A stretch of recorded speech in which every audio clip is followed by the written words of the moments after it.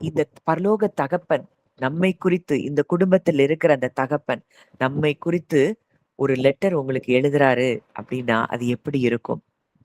என் உயிரான என் பிள்ளையே, இந்த கடிதத்தை நீ வாசிக்கும் பொழுது உன் இருதயம் என் அன்பை உணரட்டும்.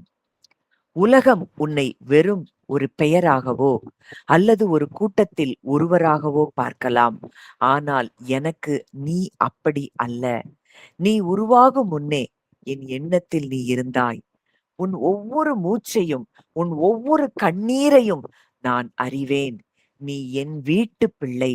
நீ ஏதோ என் வீட்டு வாசலில் நின்று பிச்சை கேட்கும் அந்நியன் அல்ல. என் மேஜையில் என்னோடு அமர்ந்து உண்ணும் உரிமையுள்ள வாரிசு. உலகத்தில் உனக்கு இடமில்லாமல் போகலாம். ஆனால் என் இருதயத்தில் உனக்கென்று ஒரு சிங்காசனம் உண்டு. உன்னிடம் நான் சொல்ல விரும்புவது, உன் காயங்களை நான் அறிவேன். மற்றவர்கள் உன்னை நிராகரித்த போது நான் உன்னை என் மார்போடு அணைத்துக் கொண்டேன். நீ அழுத ஒவ்வொரு முறையும் உன் கண்ணீரை என் துருத்தியில் வைத்திருக்கிறேன். நீ பயப்படாதே, நான் உனக்கு துணையாயிருப்பேன் என்று சொன்னால் நான் அதை செய்வேன்.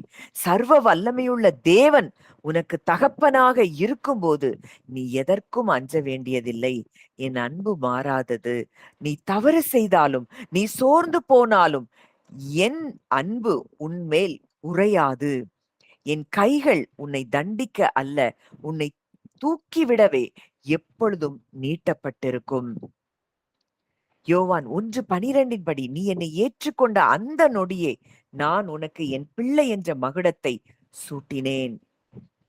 நீ என் சபையாகிய உன்னத குடும்பத்தின் மிக முக்கியமான ஒரு அங்கமாயிருக்கிறாய். நீ ஒருபோதும் அனாதை அல்ல. நீ கைவிடப்பட்டவளும் அல்ல. நீ ராஜாதி ராஜாவினுடைய செல்ல பிள்ளை. உன் பாரங்களை என்னிடம் தந்துவிடு. என் அன்பில் இன்று நிம்மதியாக ஓய்விடு. நான் உன்னை பார்த்து கொண்டிருக்கிறேன்.